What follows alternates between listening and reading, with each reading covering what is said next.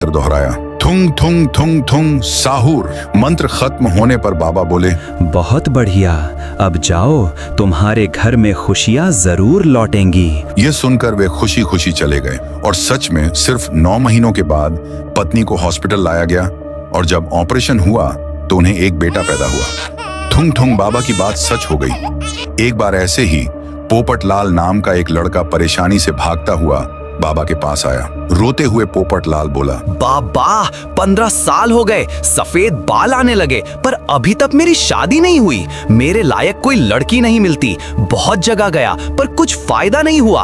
अब तो जिंदगी ही रुक गई है बाबा, कुछ करो। यहाँ तक आने में मेरी दुनिया हिल गई। बाबा मुस्कुराए, टेंशन मत ले बालक, तेरी शादी मैना जैसी लड़की से होगी। एक साथ बोल, थुंग थुंग थुंग थुंग साहुर। पोपट लाल ने वही मंत्र दोहराया, थुंग थुंग थुंग शाहुर। बाबा बोले, अब जा बालक, तेरी शादी जरूर होगी। और सच में 1.5 महीने बाद पोपट लाल की शादी मैना नाम की लड़की से धूमधाम से हुई और 7 फेरे पूरे हुए।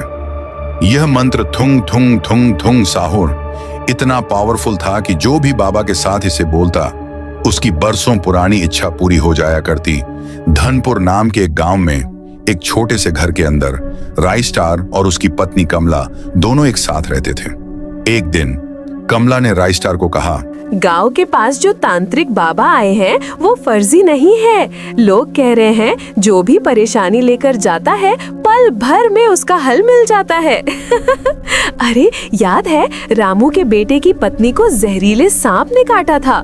डॉक्टर भी हाथ खड़े कर चुके थे, पर बाबा ने बस मंत्र पढ़वाया और अगले दिन वो मौत के मुंह से बाहर आ गई। ये कोई चमत्कार नहीं तो क्या है? जब तुम खेत पर गए थे मैं उनके पास गई थी। उन्होंने साफ साफ कहा, तेरे पति की किस्मत का दरवाजा बंद हो चुका है। इसे खोलने के लिए चाहिए 1 रात, 1 मंत्र और 1 कीमत। चलो ना, आज रात ही चलते हैं। राइस्टार ने कहा, मुझे इन सब पर बिल्कुल भरोसा नहीं है।